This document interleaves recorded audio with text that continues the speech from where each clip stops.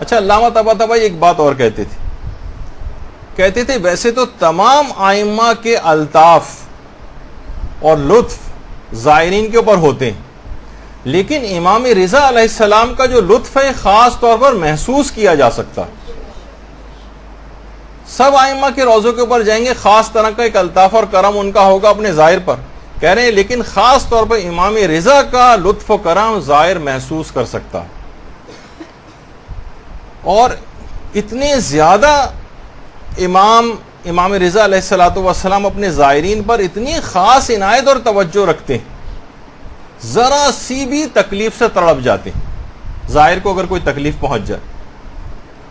آیت اللہ فقیہ سید حسین سبزواری یہ خاص کلید بردار حرم تھے، نماز جماعت بھی پڑھاتے تھے، اور نماز کے لیے جس وقت یہ ایک دن نکل رہے تھے تو زائرین کا بہت ہی زیادہ رش تھا، کوئی مخصوصی تھی، جگہ جگہ زائرین کھڑے ہو کے زیارتیں پڑھ رہے تھے۔ اچھا، وقت ہو گیا، اذان ہو گئی ہے، وقت نکلا جا رہا ہے، تیز رفتاری کے ساتھ جا رہے ہیں، لیکن رش کی وجہ سے اپنی جگہ تک پہنچ نہیں پا رہے تھے، رش کی وجہ سے رستہ نہیں مل پا رہا تھا۔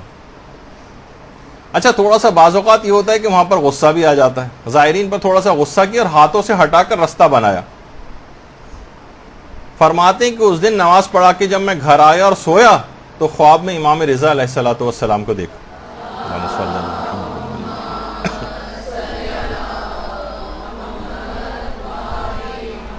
امام کو سلام کیا،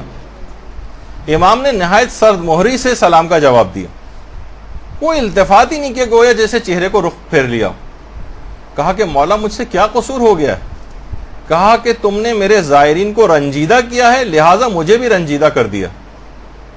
اب آیت اللہ سید حسین سبزواری سخت پشیمان ہوئے، تڑپ گئے کہ کہا مولا کیا اب میں آپ کی خدمت کے لائق نہیں رہا؟ کلید بردار حرم تھے، نماز بھی پڑھاتے تھے، سمجھے چابیاں حرم کی ان کے پاس تھیں۔ کہا کہ نہیں، تم لائق ہو، اگر ایسا نہ ہوتا تو اتنے عرصے تک حرم کی کلید تمہارے سپرد نہ کی جاتی۔ تو ذرا سی تکلیف کے زائرین کو اپنے ہاتھوں سے ہٹا کر اور کچھ ہلکا سا غصہ کر کے، اور نماز کون سا اپنے کسی کام کے لیے جا رہے تھے، الگ سے نماز جماعت پڑھانی تھی، ایک ذمہ داری کے طور پر جا رہے تھے، لیکن یہ بھی امام کو پسند نہیں آیا کہ میرے زائر کے ساتھ اس طرح سے ان پہ ہلکے سے غصے کا بھی اظہار کیا جائے۔ اور یہ کسی کتاب کے اندر تو بات نہیں ہے، لیکن حرم مشہد کے جو مقامی علماء ہیں وہ یہ بات بتاتے ہیں کہ امام کا جو یہ سامنے گنبد نظر آ رہا ہے، اس پر ہر وقت پہلے کبوتر بیٹھے رہا کرتے تھے۔ تو حرم کی انتظامیہ نے سوچا کہ یہاں سے ان کبوتروں کو کسی طرح سے ہٹایا جائے، ان کی صفائی کرنا روزانہ ایک مشکل کام ہوتا تھا۔ تو کہا کوئی ایسا طریقہ کار یہاں پر کرتے ہیں، کوئی ایسی چیز کرتے ہیں جس سے یہ یہاں سے یہ بیٹھنے ہی نہ پائیں، کبوتر یہاں سے چلے جائیں، سمجھے روضے کے اطراف میں بھی نہ آئیں۔ تو باقاعدہ حرم کے جو ذمہ دار تھے ان کے خواب میں امام رضا علیہ السلام آئے اور آ کر کہا کہ یہ پرندے بہت دور دور سے ہماری قبر کی زیارت کے لیے آتے ہیں، تو ان کو خود سے مت ہٹاؤ،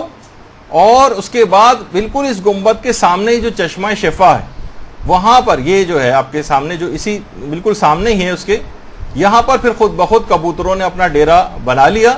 اور اب یہاں اگر بیٹھتے ہیں اور گنبد کے اوپر نہیں بیٹھتے، اور 2 سال سے یہ سلسلہ بالکل جاری ہے کہ ایک کبوتر بھی گنبد پہ بیٹھا ہوا نظر نہیں آتا۔ تو وہ ایک اپنے زائر انسان کو تو چھوڑیے، اپنے زائر پرندوں تک کا اتنا خیال کرنے والے،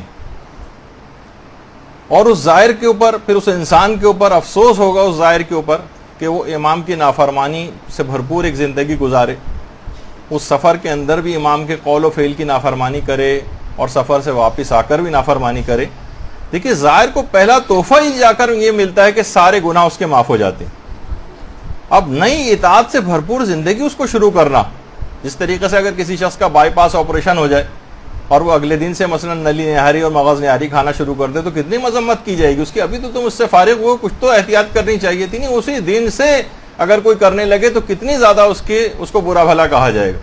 تو اسی طریقے سے یہ ظاہر بھی ہے کہ اس کو سمجھنا چاہیے کہ اسے کتنا اس کے بعد گناہوں سے پرہیز کرنا چاہیے، اپنی صحت کو برقرار رکھنے کے لیے، جو اس آپریشن کے بعد اس کی صحت ٹھیک ہو گئی ہے وہ ٹھیک ہو گیا ہے، تو اسی طرح ظاہر جو ہے وہاں سے تمام گناہ اس کے بخش دیے گئے ہیں۔ اب ایک بہترین زندگی کا وہاں سے وہ آغاز کرے.